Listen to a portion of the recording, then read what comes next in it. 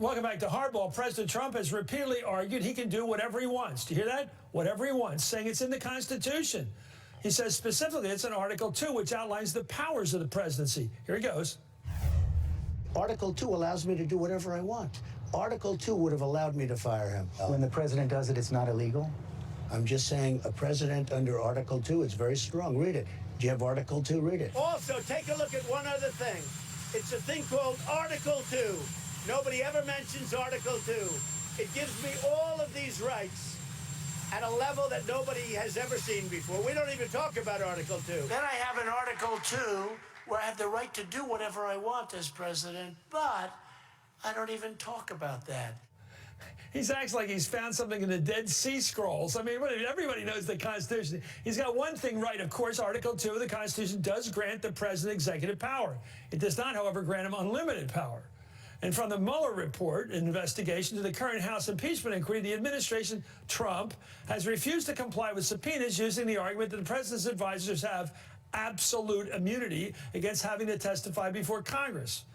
But then, this week, a federal judge in Washington tore down that argument yesterday, in fact, in a scathing decision, ordering former White House counsel Don McGahn to testify. She wrote, stated simply, the primary takeaway from the past 250 years of recorded American history is that presidents are not kings. Well, the Justice Department has already filed an appeal challenging that decision that presidents are not kings. But last night, one of the president's strongest defenders, Alan Dershowitz, brushed off that judge's ruling and argued that Trump is more powerful than a king. She went nuts talking about how the president's not the king. Of course the president's not the king. The president's far more powerful than the king. The president has the power that kings have never had. He's a very, very powerful office, and the framers wanted it that way. For more, I'm joined by John Meacham, presidential historian, and Elizabeth Wydra is president of the Constitutional Accountability Center. I'll start with Elizabeth because I think that was, I don't understand Dershowitz's psychobabble, so I'll drop it. But his argument that presidents are more powerful than kings, kings could have people killed just because they didn't like them. Yeah, that would be news to the American revolutionaries who fought and died against rising up against a king. You know, and look, any Schoolhouse Rock viewer knows that that is not true. We have Article 2, the president's right. But as is indicated by the number, we have Article 1 and Article 3, and those lay out the other two branches of government. We set out a tripartite government with checks and balances.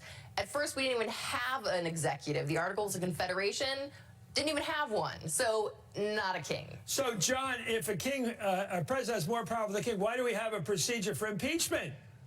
Why do we have a procedure for not getting reelected? Kings don't have to run for re-election. He's not a king. He has to run for re-election. He had to be elected in the first place, and he can be impeached. That's in the Constitution, too, sir. Yeah, an absolutist argument about Article 2 flies in the face of everything, really. From Magna Carta in the 13th century, Thomas Paine in Common Sense, which was published in January of 1776, 6 months before we declared independence, he wrote, "Some say, who is the king of America? Well, in America, the law is king. And as in monarchies, kings are the law. In free republics, the law should be the king." And so this is even older than the republic.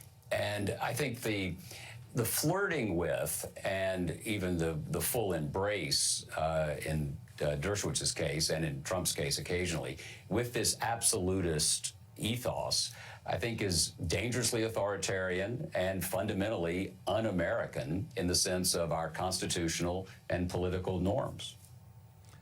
Well, John, I love the way you said that because I always liked the guy you mentioned there, Common Sense, and he also said we can start the world anew, and we wanted to live ourselves without that king. And by proving that he wasn't all-powerful, we dropped him.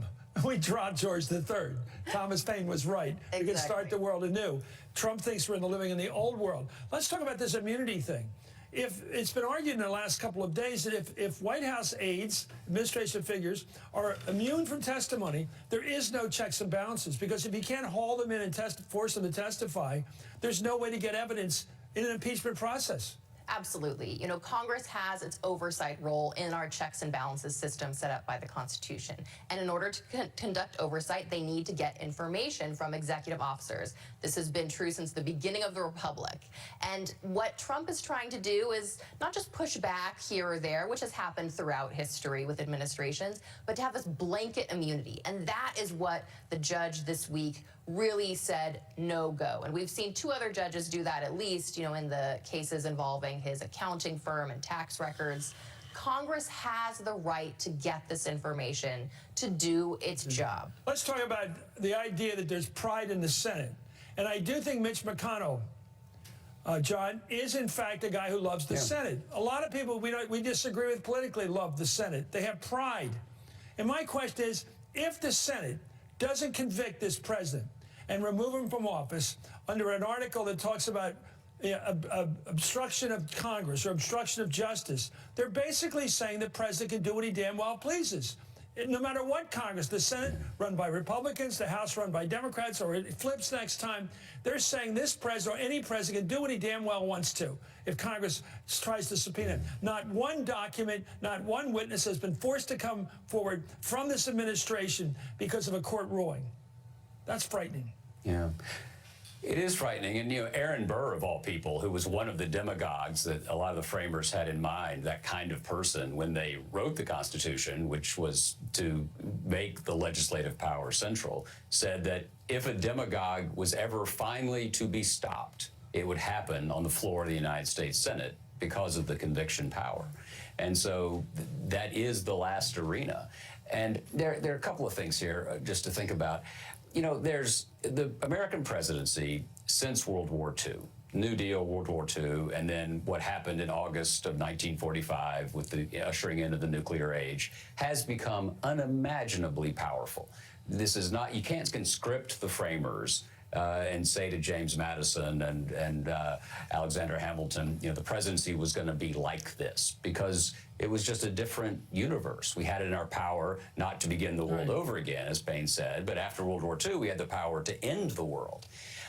But all of those occupants of that office, Roosevelt, Truman, Eisenhower, Kennedy, Johnson, Nixon, Ford, Carter, Reagan, Bush, Clinton, Bush, Obama, all understood that they were executing a sacred duty. Some of them overreached, some of them underreached, but they understood the basic framework that had kept us going for all these years. Where we are now is we are increasingly detached from that reality-based sense of the Constitution, and that's the big thing to worry about. It's a good thing to worry about, too. Thank you, John Reach. It's great to have you on tonight. Elizabeth Wydra, thank you. I like your constitutional expertise because the president has none. Up next.